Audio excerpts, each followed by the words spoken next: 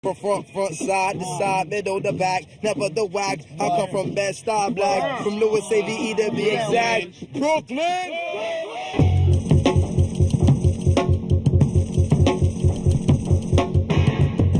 Battling is crucial, you know, because I used to battle anybody rapping, you know, but now you gotta think now. Cause you got these ill-advanced motherfuckers, you know what I'm saying? Niggas who just watch you, watch your interviews, watch you on VT, watch you on Video Music Box, just mastering you, just studying you, learning all your shit. If he gets up on that stage and embarrass you, your career, just as quick as you went, as quick as you go. It started like this. When Supernatural, he had his deal, and he had his radio show. Everyone was basically like, well, Superman, ain't nobody touching him. I mean, I think Craig G is like, you know, top 3 all time in terms of anybody who I've ever heard off the top of the head. You want people to think, damn, did he write that? He freestyle that? Good Lord. You know what I mean? So that's the process that goes through my mind. I try to make it as flawless as possible. Craig G had come to the show and was like, yeah, Bobbito said it. I battled that nigga Supernatural in his rhyme in a off the top of the head freestyle. So word got back to Supernat. So I was like, cool, whatever, you know, this is fun, me a one-on-one, he got a deal, that's great. Yo, it got to a fever pitch. Everyone was talking about Craig G and Supernat battling. And then finally at the seminar where the incident happened, he was hosting the Lyricist Lounge thing. So they asked him, I think the guys from Lyricist Lounge was like, yo, what's up with the battle with you and Craig G? It don't have to be tonight, although if he's here, it can happen. But what I'm saying is that it should be done. He kind of stopped, he looked in the crowd, and he was like, Where you at? Not knowing all along, I'm standing on the side of the stage. I got a 40 ounce in my hand, mind you. But you know, he called me and I'm a real MC and I'm not going to not just let that go by. I'm in here and I'm up here. So while we're going to set it, let's set it. Kind of baited him, you know, the first rhyme I tried not to say now. I let him use all his energy, so I said some crappy rhymes. Plus the airflow, magnetic, the rhyme is incredible, never unleaded gasoline. I'm running a big cruise with no gasoline. Call the 911 and it'll be a drastic scene. Freestyle. Then he came and like expended so much energy.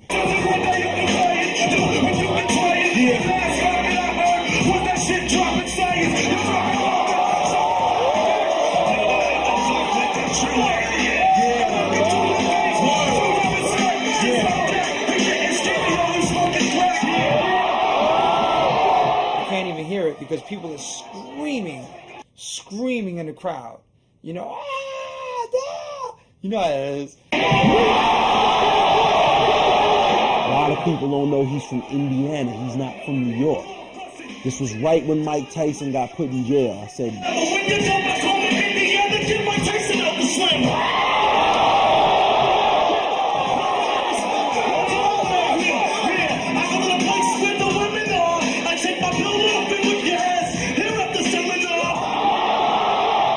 And after that, it was just a wrap. I just started snapping on him. He tried to cut me off, and the crowd was going, "Go, Craig G." He was done. You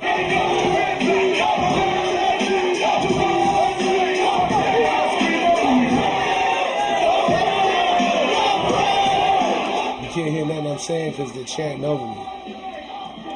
I don't think it was a setup, but I think he knew what he was going to do before I knew, and Anthony knew what they were going to do before I knew. It was a real pivotal night for me that night. I'll never forget it. But it taught me a lot, you know, and it taught me to see who was real in the industry. Now, everybody's saying, oh, you killed Supernatural's career, but I don't agree with that. He still had his deal. Supernat was sitting on stage and shot. I doubt, and this is utmost respect to Supernat, I doubt he ever lost a battle in his life.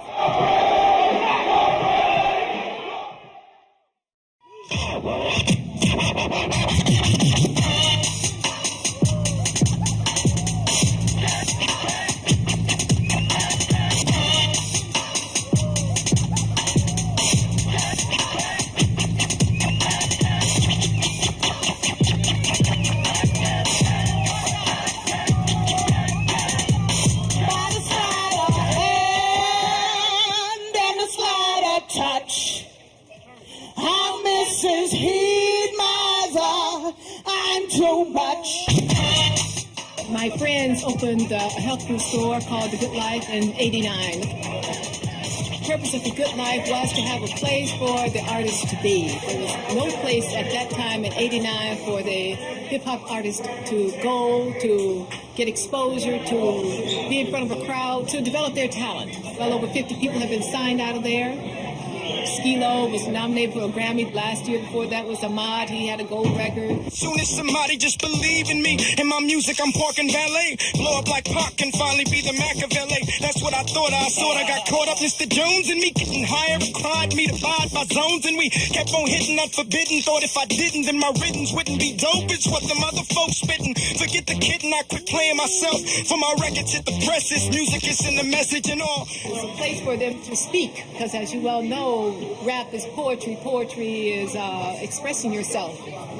And it was a place for them to do their thing and to also network. That camaraderie, that seeing each other advances their skills and get better.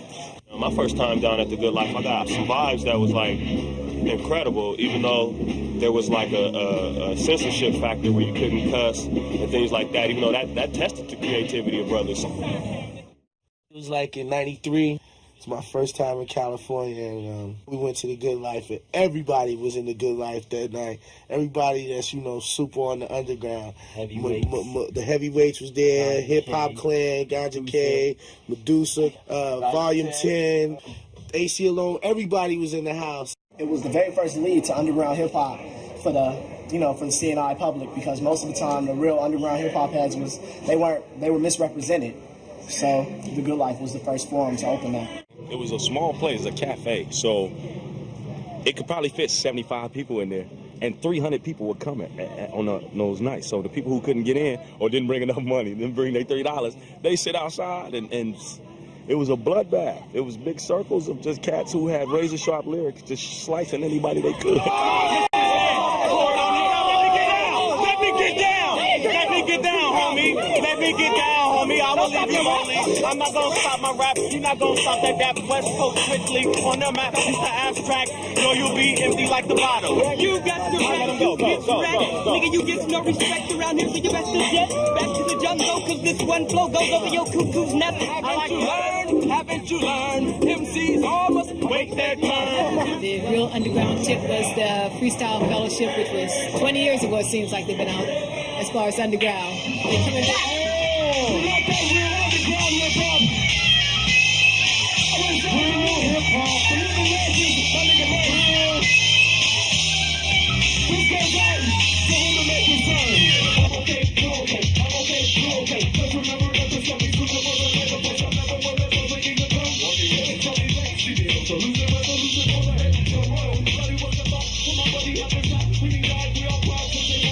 That style that they rapped in, Micah 9, AC Alone, that style that they rapped in hadn't been heard anywhere else.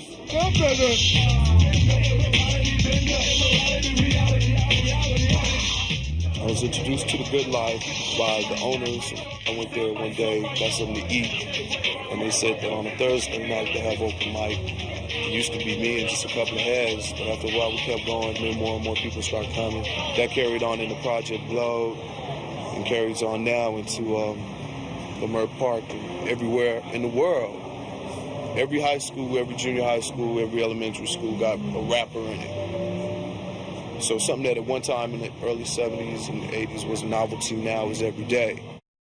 Restyling really came into play, like when cats on the West came out, Hieroglyphics, Souls of Mischief, you know what I'm saying? When they was doing it, that's when Freestyle Fellowship Heavyweights, when cats out there started really bringing it, that's when cats out here was like, yo, cats out, they got it, we gotta bring it.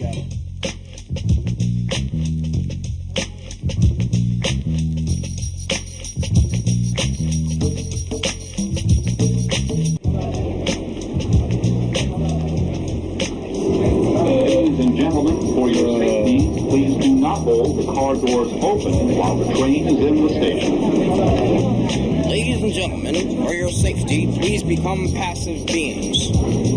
Ladies and gentlemen, for your safety, please watch TV regularly and eat processed food. Ladies and gentlemen, for your safety, fear interaction. Ladies and gentlemen, for your safety, fear to speak to the person next to you.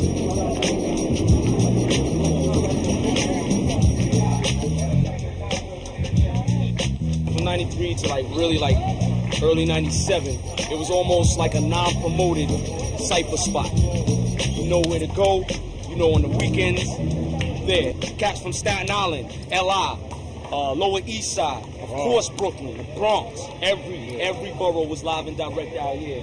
This is one of the famous spots. This was like the mecca of where ciphering really was hitting. I ain't gonna kick nothing written, cause right now the freestyles was going on, so written's off forbidden. Wordsworth, they be like, yo, that kid is nice. They laugh at the punchlines, but they not kidding. But anyway, I met this chick the other day, and she was out there saying she buying some chicken. She bought some chicken in the supermarket home to take it so she could cook it up in the kitchen. And I'm not kidding. Anyway, I started talking to her. She gave me her number for the minute. She said she's up here for North Carolina for the summer. She says she's at home. She said you could come around the town watching Our Couple with Felix Unger. So then I came over, sat down, watched a little bit of Oprah, sat on the sofa. She said, would you like a cup of coffee or some mocha? I said, I don't really mind, just bring it over. So she sat on the sofa next to me. I seen her with my eye projectories, and later on she slept with me. After that I was out, and she was looking for me inside of the bed, and I was just thinking of rhymes inside of my head on the elevator. She tried to page me, and I was like, I'm sorry lady, you must be crazy. You got 12 babies. I just wanted to hit it, so I had to skip and get out of that area. So I pitched it over to Haiti, the lady got crazier.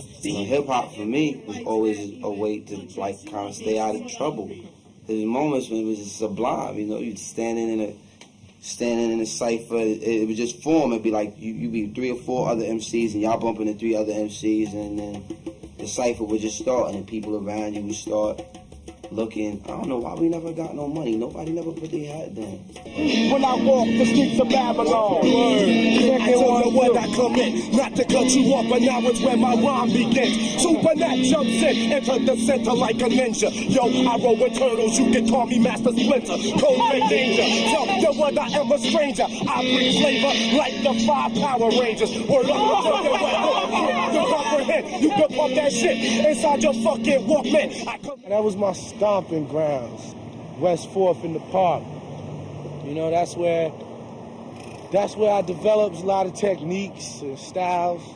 That's where I made a lot of friends and fans. Washington Square Park, man, it was just like the best time, the best environment, a lot of good people with a lot of good energy, Yeah, those were the glory days. A lot of young kids used to come and they used to kick rhymes to each other. Exactly. Eventually, more and more kids started kicking rhymes, and it created a big cipher, and then everyone started watching. That was part of the reasons why we started the Lyricist Lounge. Most definitely. So we could have these people come to this one little forum, and everybody could just kick rhymes in peace and have no one disturbing them. The whole Lyricist Lounge movement, got started on the street. That's how I got started, because we was just rhyming on the corner.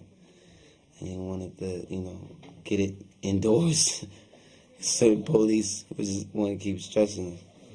A lot of cops started coming in the park and just breaking up ciphers, and they didn't appreciate young people getting together and just having a good time. They thought it was causing some kind of commotion. Mm-hmm. A lot of us was poor, and we was searching for something new. And this, the city damn sure wasn't supporting us in that effort.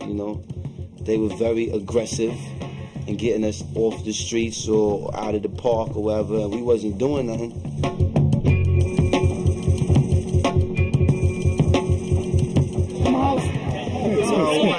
Well, we was just gonna. We gotta move. Go ahead. While the police